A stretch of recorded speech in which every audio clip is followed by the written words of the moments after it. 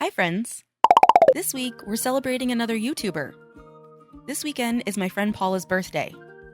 Paula, otherwise known as Creative Paula, is so kind and supportive, and her videos are so calming and cozy. So, I and a bunch of other artists are going to be helping her celebrate by using her new coloring book. It's The Little Things. I love this book. The illustrations are so adorable and simple enough for really relaxing coloring. My favorite part of the book is that in the introduction, she says, "Every illustration in this book was inspired by one of the little things that I have in my life and am grateful for." There are so many little things in our daily lives that we can be grateful for. And that's why I love Paula. She's always reminding us to look on the bright side. I'll flip through a few pages, but I don't want to spoil all of them for you. I'll link the book in the description, as well as the playlist for all the other birthday celebration videos. Now, to color this, I want to do something a little different. I've actually done quite a bit of coloring lately, so I wanted to change this up a bit. And since Paula was the one who originally inspired me to really get into foam clay, I thought maybe I would use that in my creation. Paula was totally on board because, of course she is, she's the best, but she was so on board that she even sent me some foam clay. She truly didn't have to do that, but that's okay because now I have lots more to add to my hoard. Looking through the book, there are so many cute pages that I had a really hard time narrowing it down to which one I wanted to work on. But I made a photocopy of 4 different contenders, so I can use these and leave the book intact. I'm planning on working on a canvas, so I need to decide if I want to paint some portions and add little sculpted details, or do I want to sculpt the whole thing?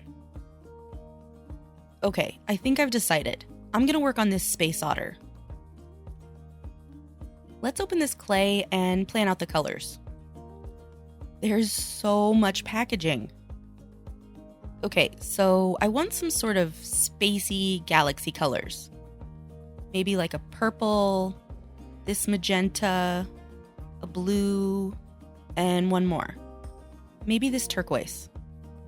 Okay, these are my space colors. Then I need some otter colors. Definitely gonna need white, black, and gray. And for the rocket, I'm gonna want blue and red. Now, the hard part here is trying to decide my order of operations. Obviously, I could use glue to stick everything together, but I'd much rather use the stickiness of the clay to connect them.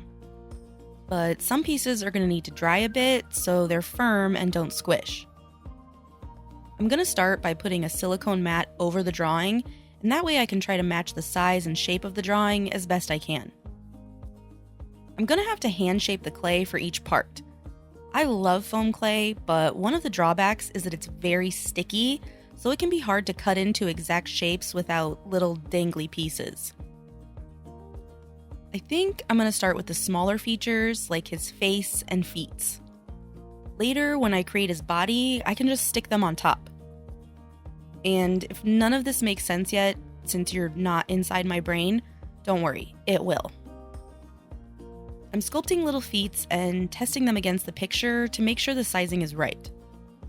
And this is definitely going to be more difficult than I envisioned because I'm already struggling with just his little toes. I did eventually get them close enough, so I moved on to his tail.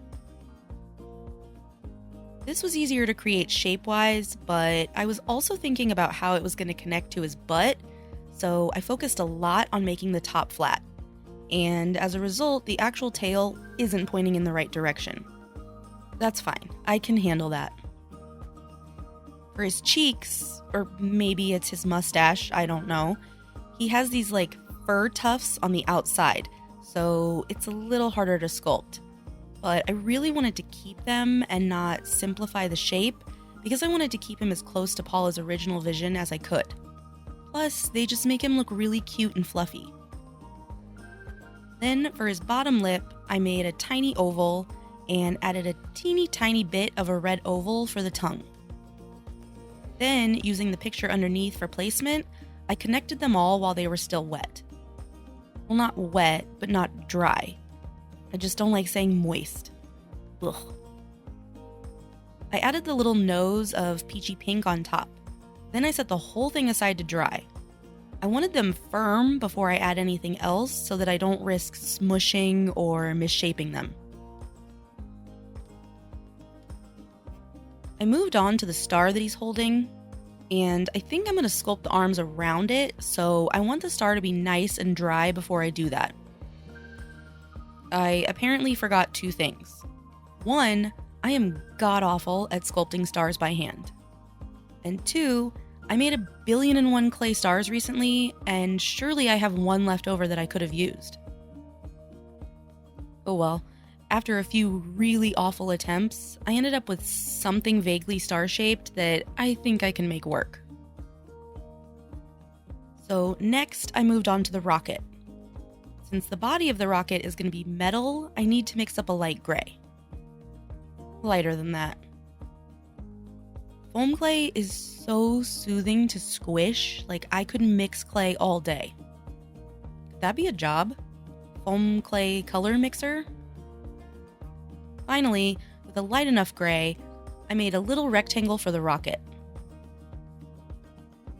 Looking back, I should have spent more time squaring off the corners because I think it would have looked better in the end. Then I moved on to this band here at the top of his head. It's supposed to be the top of his space helmet. For such a simple shape, it did take quite a while to make sure that it was flat and even without little lumps everywhere. He also has this collar thing at the bottom of his helmet. Since the mouth area had been drying for a bit, I was able to gently attach it to the collar without smushing it. I'm jumping around a lot, not only because I'm thinking about what needs to be wet or dry when it touches, but also I'm trying to do as much with each color before I have to put it away so that I'm not opening and closing bags any more than I have to. This will keep the clay from drying out faster. So now I'm making these ear things. I think that they're like the bolts that attach the mask to the helmet, but honestly it really makes these look like earmuffs. Then I'm going to leave this whole headband to dry overnight because I really need it to stay in this exact shape. Moving back to the rocket, I'm going to add the little butt flame tail thing to the rocket and the nose cone and wings. And see how it's very rounded where all of the pieces attach? It looks like how they make children's play equipment now, where everything is round and safe. But I wanted these connections more square, like play equipment from the 80s, the kind that would cut your arm off and scar you for life. Oh well. After everything dried, the metal wasn't looking very metally to me, like the gray was the wrong color, so I decided to paint them silver. First, I used a metallic paint marker, but that was really streaky, and when I tried to go over it with another coat, it just made it so much worse. I could have let it dry for a few hours and then have gone over it again, but I was impatient. So I grabbed some metallic silver paint and a brush instead. I did make sure to cover all of the sides and edges so that nothing underneath would be visible from the side, since this is going to be kind of 3D. Now back to our main character. Working on his body, it took a few tries to get the right amount of clay. It's hard to judge, and I don't want to just keep squishing until it meets the outline because I want the thickness to be uniform. After I finally got it, I stuck on his little feet and the tail. And even after all of that prep work, the tail connection looks kind of goofy. But it's gonna get goofier, so don't worry. I flattened a little area at the top of his body and attached the collar. Then I set that aside to dry for a bit and started working on his head. Now here is where I run into some issues. See, I wanted a light brown face so that his hair on top and his little mustache area would contrast. Except that's not actually what otters look like. I almost always use references, but I didn't this time because I was like, "Oh, I got this. I know what otters look like." Now, if you're very detail-oriented, you might have realized something that I didn't. Let me give you a hint. See this line right here? I saw this as his hairline between his face and the top of his head. But only once I was editing the footage did I realize that this is actually the top of his head, with the insides of the helmet behind it. Obviously, those are ears. I don't know how I didn't see that before, because now I can't unsee it. Of all of the boneheaded things, this is pretty boneheaded. But I didn't realize it until all was said and done, so he's just a giant-headed otter. After sculpting out a light brown face, I tested it against the helmet headband to make sure it was the correct size. Then I sculpted some little black eyes, attaching those to the face in the right spot by putting them on the picture and pressing the cheeks over the top.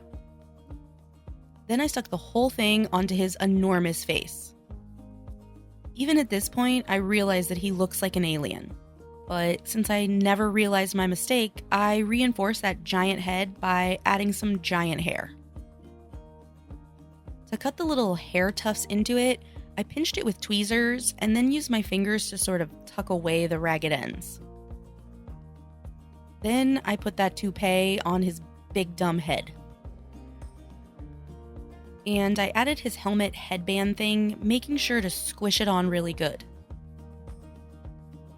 I put the star on his body and sculpted some long turds as arms to hold the star on, making sure to blend the shoulder area into the body. Still trying to fix the giant head. Let's move on to the background. I'm going to use an 8.5 by 8.5 inch size canvas because it matches the size of the book perfectly. I used some transfer paper and the photocopy of the page, making sure to clip it so that it won't move around. I'm only going to be tracing the outlines of the wavy background because I'm going to try to sculpt those directly on the canvas and then place the otter on top. I was struggling a bit to understand where the sections matched up, so I ended up having to make another copy and scribble a sort of map for myself. There's a few places outside the last swirly, but inside the edge of the picture, so I painted those black with a paint pen. Also, since the tracing paper made a bit of a mess on the edges of the canvas, I went over the whole outside with a white paint marker. For the wavy galaxy areas, I started on the outside waves since those are the most in the background. I made some fat snakes, laid them down along the outline, and then smushed them down onto the canvas. I didn't think that I would have enough clay to fully cover the inside of these larger waves. Plus, I didn't want the picture to be crazy thick, so I didn't fill in the inside. Once I put on that first layer of clay, it was sort of hard to tell exactly where the outline was, so I'm mostly just eyeballing it against the original drawing.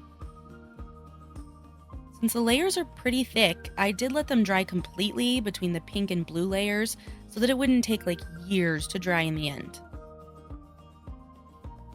The clay was starting to do that cracking thing that it does as it's drying, so I used some water to try to smooth it out and press it down. Since the purple layer is right behind the otter, I did have to roll out a full slab, and then sort of gently stretch it to cover the blank spots and look sort of wavy. It's bigger than the original picture, but it was needed. While the clay was still wet, I added the otter and pressed him down. I very carefully rolled out the thinnest black noodle, spending a lot of time making it very, very thin and very, very even, since it's going to be the hose to his rocket.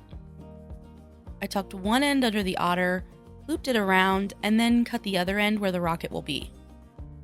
And since at this point the rocket was dry and there was no wet background to attach it to, I glued the rocket onto the canvas.